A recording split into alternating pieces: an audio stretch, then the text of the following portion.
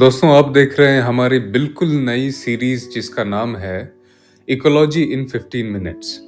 हमारा प्रयास है कि वर्किंग प्रोफेशनल्स और साथ ही साथ जो स्टूडेंट्स बहुत जल्दी बोर हो जाते हैं उन्हें बाइट साइज नॉलेज डिलीवर करें और वो भी इस सब्जेक्ट को बोझ बनाए बिना।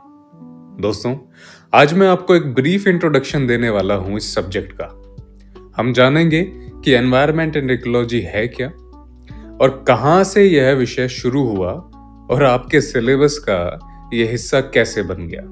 भारत के भविष्य को मेरा अभिवादन। स्वागत है आप सबका CTRD में। सबसे पहले हम शुरुआत करेंगे ये समझने से कि हमारी एनवायरनमेंट को लेकर जो समझ है वो कहां से शुरू होती है। हम यह भी जानने का प्रयास करेंगे कि हमारी इकोलॉजी की समझ कैसे डेवलप होती है और उसका नतीजा कैसे एक पूरे विषय के रूप में उभर कर हमारे सामने आता है। दोस्तों आइए हम सबसे पहले शुरुआत करते हैं इन टर्म्स को समझने से। एनवायरनमेंट क्या है और इकोलॉजी क्या है। दोस्तों एक सेकंड के लिए फर्ज कीजिए कि आप एक अर्ली होमिनिड हैं। आपने अभी अभी जन्म लिया है और आप जैसे ही अपनी आंखें खोलते हैं तो आप देखते हैं कि आपके आसपास बंदर जैसे दिखने वाले जीव हैं। बड़े बड़े बाल हैं, अजीब सा मुंह और बड़े बड़े दांत हैं डरावने से। फिर जब आप अपने हाथ पैरों की तरफ देखते हैं तो आपको समझ आता है कि आप भी वैसे ही हैं, उनका छोटा वर्जन है। फिर जब आप थोड़े से बड़े होते हैं तो आप नोटिस करते हैं कि आपके अगल बगल में पहाड़ हैं, नदियां हैं, पेड़ हैं। आपको एक बड़ा सा नीला आसमान दिखाई देता है जो रंग बदलता है दिन भर में। आपको उसमें बादल भी नजर आते हैं। आपको कुछ आकृतियां नजर आती हैं जो आसमान में उड़ रही होती हैं। आपको अपने आसपास में और जीव और जंतु नजर आने लगते हैं। दोस्तों ये जितनी भी चीजें आपके अगल बगल में आपको दिखाई देती हैं, ये सभी चीजें आपके वातावरण यानी एनवायरनमेंट का हिस्सा है। तो अगर हम एनवायरनमेंट को डिफाइन करें दोस्तों, तो एनवायरनमेंट का अर्थ है everything that surrounds us constitutes our environment. यानी हर वो चीज जो हमारे इर्द गिर्द है वह हमारे वातावरण का हिस्सा है दोस्तों। तो फिर इकोलॉजी क्या है? तो आइए अब इकोलॉजी को समझते हैं। दोस्तों फर्ज कीजिए कि अब आप थोड़े से बड़े हो गए हैं और आप देख रहे हैं खेलते हुए कि आपके बगल से कोई एक कीड़ा उड़ता हुआ जा रहा है। आप तेज हैं, आप उसे पकड़ लेते हैं और जैसे ही आप उसे पकड़ते हैं तो आपको डंक मार देता है। अब आपका हाथ सूज गया है दोस्तों और वो दर्द भी कर रहा है। आप छोड़ देते हैं उसे। कुछ समय बाद आप देखते हैं कि एक बिना हाथ पैरों वाला जीव पेट के बल बहुत तेजी से घिसटता हुआ कहीं जा रहा है। आप सोचते हैं कि यार ये खाता पीता कैसे है, इससे पूछूं। तो आप उसे उठा के और उससे पूछते कि हाँ भाई तू खाता कैसे है। इतने में वो अपने मुंह खोल के दो बड़े बड़े दांत दिखाता है और आपको डसने की कोशिश करता है। तो आप उसे फेंक देते हैं। तभी आपको कोई आता है बड़ा और पीछे से एक थप्पड़ लगाता है। दोस्तों ये थप्पड़ पड़ना, ये सांप के साथ खेलना या उससे सवाल पूछना, ये कीड़े का काट लेना, ये सभी जो आपने विभिन्न संबंध स्थापित किए, इन सब का जो अध्ययन है दोस्तों ये कहलाता है इकोलॉजी। तो इकोलॉजी वो सब्जेक्ट है दोस्तों जो कि आपकी मदद करता है यह समझने में कि कैसे एक जीव अपने आसपास के पर्यावरण यानी कि एनवायरनमेंट से इंटरैक्ट कर रहा है या संबंध बना रहा है और कैसे वो आपस में एक दूसरे जीवों से संबंध बनाता है। इन्हीं सब के अध्ययन को दोस्तों इकोलॉजी कहते हैं। तो दोस्तों अब सवाल शुरू होता है कि हमारी अंडरस्टैंडिंग शुरू कैसे हुई इकोलॉजी को लेकर। तो जो अर्ली ह्यूमंस थे दोस्तों वो नेचर को लगातार ऑब्जर्व करते रहते थे अपने सर्वाइवल के लिए, क्योंकि वो फूड चेन में दोस्तों सबसे नीचे आते थे। उन्हें कोई सांप भी काट के चला जाए, उन्हें कोई कीड़ा भी मार दे, वो अगर गलती से कोई जहरीली घास खा लें या पत्ती खा लें तो मर जाएं, उन्हें कोई टाइगर उठा ले जाए या फिर उन्हें कोई और प्रेडेटर आए और वो उठा ले जाए। तो अर्ली होमिनिड्स दोस्तों बहुत डर के रहते थे। वो अपना ज़्यादातर समय पेड़ों पर ही बिताते थे और इंतज़ार करते थे फूल पत्तियां खाते हुए कि कोई जानवर अगर शिकार कर रहा है और उसने अपना पेट भर लिया है और वो चला गया है पेट भर के, तो फटाफट उतर के जाते पेड़ से, टांग, हाथ, कलेजा, जो हाथ में आता, उसकी गर्दन, उसको उठा के फटाफट से पेड़ पे चढ़ने को भागते थे दोस्तों। तो अपने सर्वाइवल के लिए लगातार वो संघर्ष करते थे। वो देखते थे कि हर 1-2 महीने में सीजन्स बदल रहे हैं। अभी यार 2-4 महीने पहले गर्मी लग रही थी, अब ठंड लग रही है। अपने आसपास के एनिमल्स का बिहेवियर भी वो ऑब्जर्व करते थे कि क्यों एक बिना हाथ पैर वाले जीव ने एक इनोसेंट से सवाल पूछने पे मेरे को डसने की कोशिश की, या फिर किस तरह के प्लांट्स जो हैं दोस्तों वो मेरी लोकेलिटी में मिल रहे हैं और कुछ पौधे हैं जो एक ही जगह मिल रहे हैं, दूसरी जगह नहीं मिल रहे हैं। दोस्तों ग्रेजुअली हम देखते हैं कि प्लांट के इस डिस्ट्रीब्यूशन को समझने के बाद कुछ इकोलॉजिकल प्रिंसिपल्स हमें समझ में आने लगते हैं कि अगर आप एक बीज को धरती में डालो तो उससे एक पौधा बनता है और हमें बहुत सारे और भी बीज मिलते हैं जो खाने लायक होते हैं। दोस्तों इसी तरह खेती की शुरुआत होती है, एग्रीकल्चर शुरू होता है और उसी की शुरुआत के बाद पुरानी सभ्यताएं जन्म लेती हैं दोस्तों, जैसे भारत की इंडस वैली सिविलाइजेशन या ग्रीक सभ्यता हुई दोस्तों, या फिर पुरानी चाइनीज सभ्यताएं हुई। इन सभ्यताओं ने अपने अपने इकोलॉजिकल अंडरस्टैंडिंग को और जो इकोलॉजिकल प्रिंसिपल्स उन्होंने समझे उन्हें डॉक्यूमेंट करने का लगातार प्रयास किया। जैसे कि आप देखेंगे कि नीचे कुछ सील्स आपको नजर आ रही हैं, जैसे ये टेराकोटा या स्टेटाइट की बनी हुई सील्स हैं दोस्तों, जो इंडस वैली सिविलाइजेशन से हमें प्राप्त हुई है। आप देख सकते हैं कि हर एक सील पर एक जीव की आकृति बनी हुई है। जैसे यहाँ पे एलिफेंट है दोस्तों, यहाँ पे एक आदमी है जो 2 टाइगर जैसे जीवों से लड़ रहा है, यहाँ पे आपको एक यूनिकॉर्न जैसा एक एनिमल देखने को मिलेगा।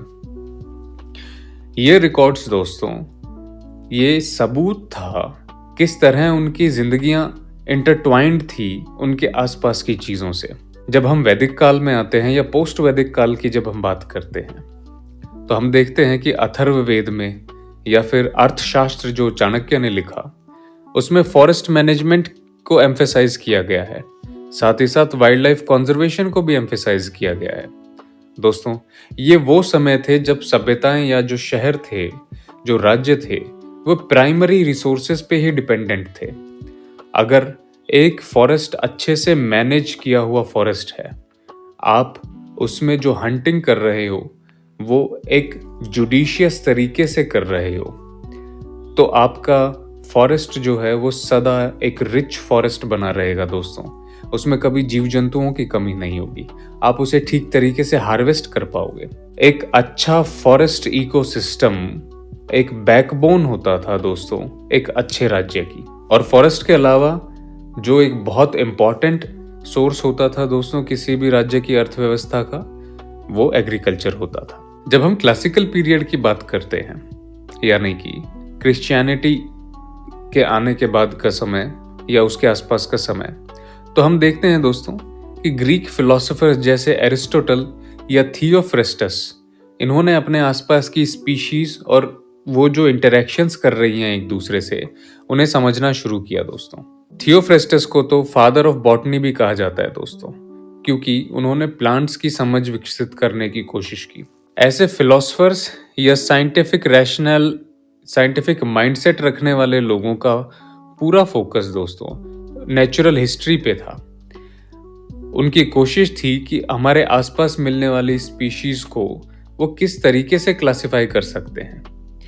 वो ऑब्जर्व करते थे कैसे जानवर अलग अलग हैबिटेट्स में रहते हैं दोस्तों। फिर जब हम मिडिल एजेस में आते हैं, हम देखते हैं कि रिलीजन का डोमिनेशन काफी बढ़ गया था दोस्तों। हर वो व्यक्ति जो कि कोई भी रैशनल या लॉजिकल एक्सप्लेनेशन देने की कोशिश करता था किसी भी चीज के लिए, उसे ऐसी भयानक सजा दी जाती थी दोस्तों कि फिर से कोई रैशनल बात ना करे, लॉजिकल बात ना करे। रिलीजन की एक जो कमी है दोस्तों वो ये कि ये थ्योरी ऑफ डिवाइन ओरिजिन में बिलीव करता है दोस्तों। डिवाइन ओरिजिन का अर्थ है कि जो भी चीज आपके आसपास एग्जिस्ट कर रही है वो सब एक रचना है। यानी कि दोस्तों, क्रिएशन और क्रिएटर वाला कॉन्सेप्ट रिलीजन फॉलो करता है। रिलीजन की एक और जो दिक्कत है दोस्तों, वो ये कि वो किसी भी फिनोमिना को जब एक्सप्लेन करता है तो उसे लॉजिक से एक्सप्लेन करने की बजाय ईश्वर की मर्जी में ज्यादा यकीन करता है। चाहे जन्म हो या मृत्यु, उसका मानना है कि ईश्वर की मर्जी से होता है। भाग्यवादी बहुत है रिलीजन। तो उस समय में दोस्तों, जो भी कोई व्यक्ति लॉजिक देने की कोशिश करता था किसी घटना के पीछे, उसे अक्सर दोस्तों भयानक सजा दी जाती थी। उसे मौत के घाट भी उतार दिया जाता था। दोस्तों, उदाहरण के तौर पे, यदि आपका कोई पड़ोसी है जिसने पास के एक कुएं से पानी पिया, उस कुएं में अगर जानवर मरे हुए थे, तो दोस्तों स्वाभाविक है कि आपका पड़ोसी बीमार पड़ेगा। वो बीमार पड़ा और उसकी मृत्यु हो गई। आपने इस घटना के लिए रीजन देने की कोशिश की कि क्योंकि उसने गंदा पानी पिया इसीलिए उसकी मृत्यु हुई है। तो दोस्तों, आपको इसी बात पर या तो कोड़े पड़ेंगे या फिर आपको फांसी पर लटका दिया जाएगा। क्यों? क्योंकि जन्म और मृत्यु दोनों भगवान की मर्जी से होते हैं। उसका कार्यकाल इस धरती पर पूरा हो गया था दोस्तों, इसीलिए भगवान ने उसे ऊपर बुला लिया।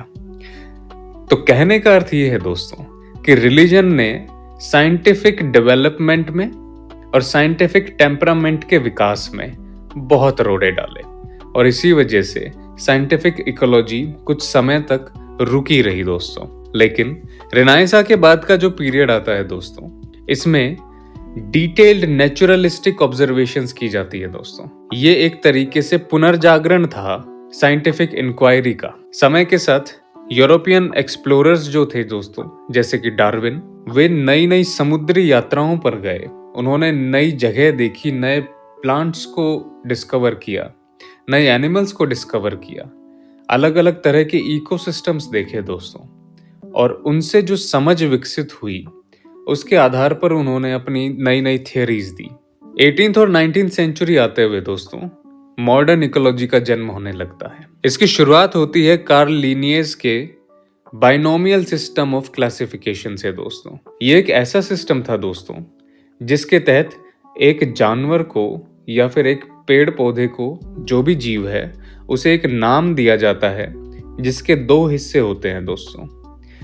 एक हिस्सा उसका स्पीशीज को डिनोट करता है और दूसरा हिस्सा उसके जीनस को डिनोट करता है दोस्तों।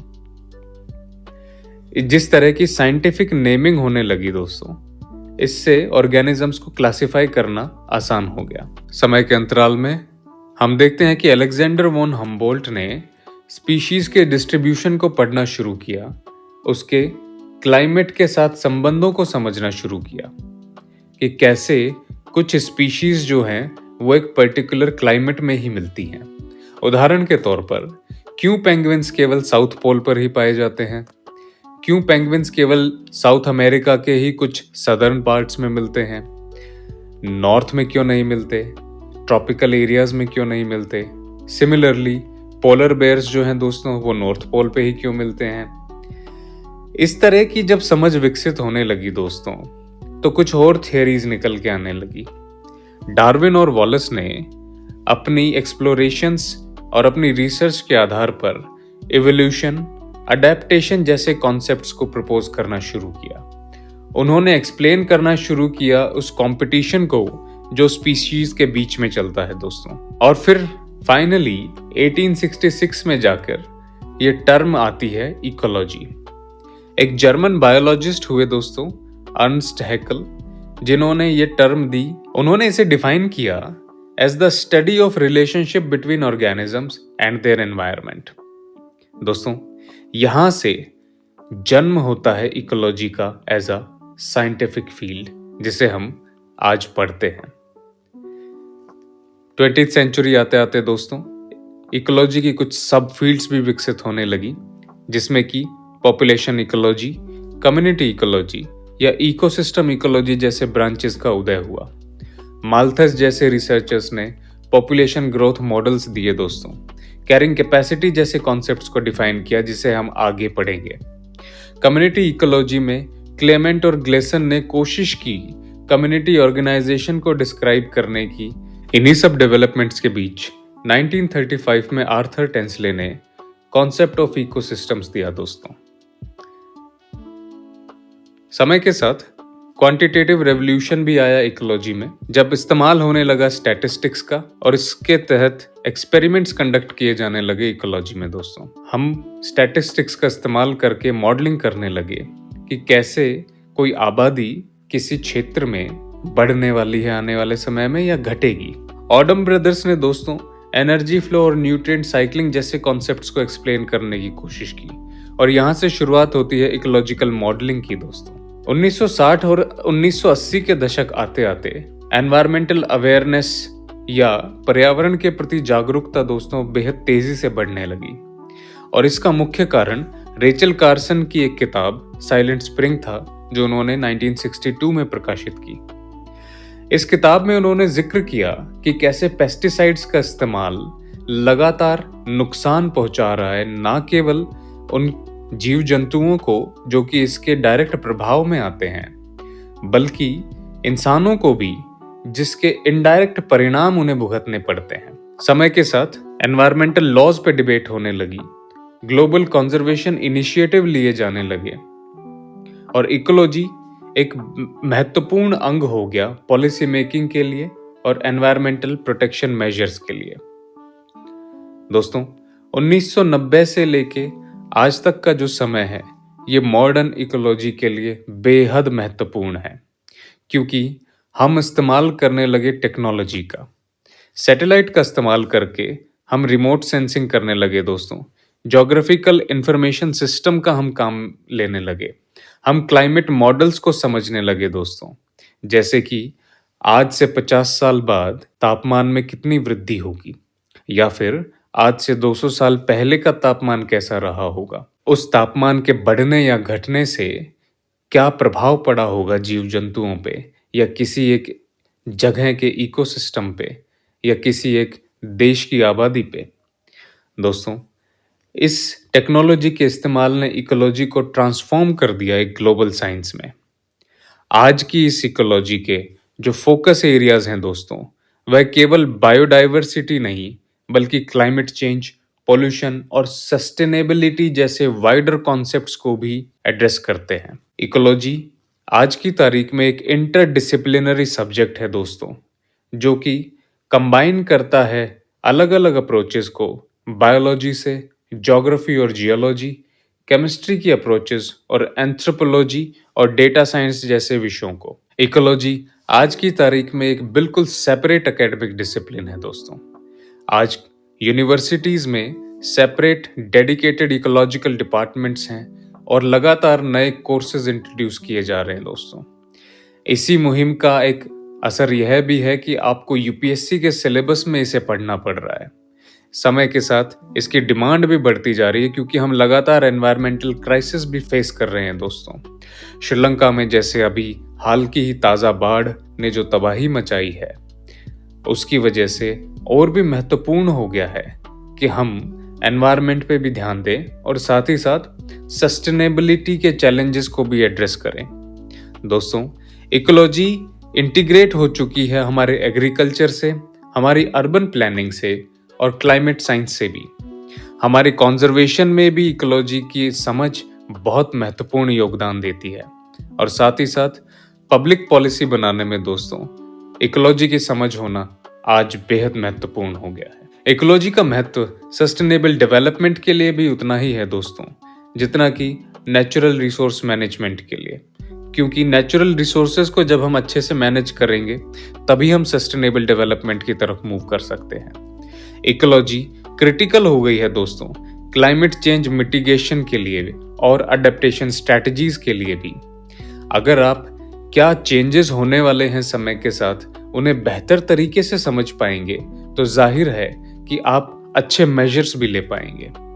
इकोलॉजी आज एक साइंटिफिक बेस प्रोवाइड करती है दोस्तों बायोडाइवर्सिटी प्रोटेक्शन के लिए और इकोसिस्टम्स को रिस्टोर भी करने के लिए। दोस्तों जैसे माइन के कुछ एरियाज हैं जहां पे माइनिंग होने के बाद ओपन पिट्स छोड़ दिए जाते हैं, कैसे उन एरियाज को वापस से दोस्तों एक थ्राइविंग इकोसिस्टम में कन्वर्ट किया जाए, वे सब चीजें इकोलॉजी की समझ से ही आती हैं। दोस्तों, इकोलॉजी नेशनल और ग्लोबल एनवायरमेंटल गवर्नेंस के पर्सपेक्टिव से भी बेहद महत्वपूर्ण हो गई है। फाइनली मैं आपको ये बता देना चाहता हूँ कि जितना समय आपने इस वीडियो को देखने में दिया दोस्तों, उसमें आपको यह तो समझ आ ही गया होगा कि इकोलॉजी आपके लिए क्या महत्व रखता है और आपको यह क्यों पढ़ना चाहिए। एज अ पॉलिसी मेकर आपके लिए बेहद ज़रूरी है कि आपको समझ हो इकोलॉजी की, ताकि आप बेहतर पॉलिसीज़ का निर्माण करें और आप अपनी डेवलपमेंट स्ट्रैटेजीज़ को भी उसी हिसाब से बनाएं। दोस्तों, इकोलॉजी की अंडरस्टैंडिंग ह्यूमैनिटी के सर्वाइवल के लिए बेहद ज़रूरी है। ये ठीक वैसा ही है दोस्तों, जैसा कि अपने घर को जानना।